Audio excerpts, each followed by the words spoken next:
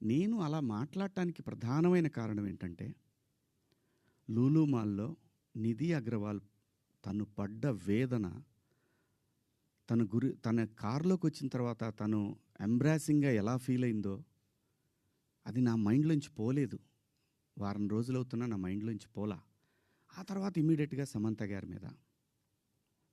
తెలుగు సినిమాలో నేను ఈ ఇండస్ట్రీకి వచ్చిన తర్వాత 90% ఆర్టిస్టులు, ఫీమేల్ ఆర్టిస్టులు ఎప్పుడు కూడా లైక్ రమ్యకృష్ణ గారు కానివ్వండి, జయసుధ గారు కానివ్వండి, విజయశాంతి గారు, వీళ్ళు కట్టుకున్న శారీస్ మీద, వీళ్ళు వేసుకున్న డ్రెస్సుల మీద షాపుల్లో అమ్మేసేవాళ్ళు అనమాట. నేను ఎవరిని ఈ డ్రెస్సులు వేసుకోండి, ఆ డ్రెస్సులు వేసుకోండి, మీరు కప్పేసుకోండి అని నేను చెప్పలేదండి. నేనెవరిని చెప్పడానికి?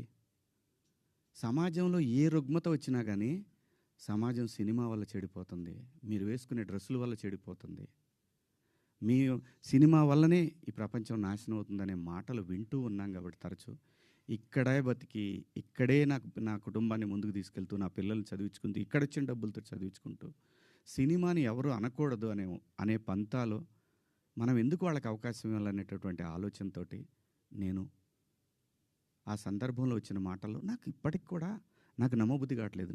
నేను ఆ 2